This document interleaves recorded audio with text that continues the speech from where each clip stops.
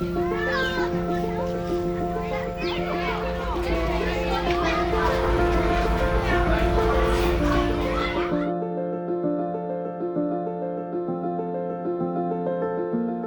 at MCM Forest School, we have such a wonderful space to explore. The children are lucky. They can look under logs for mini beasts, they can climb trees.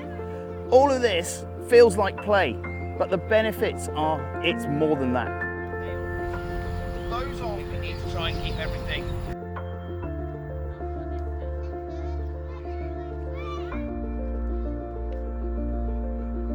They are learning about the world around them. They are exploring. It is child-led, so they look into what they want to look into.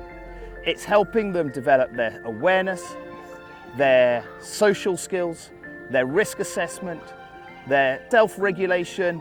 There are a wealth of benefits that come from play. And most of all, they all come back with huge smiles on their faces, having had a great time.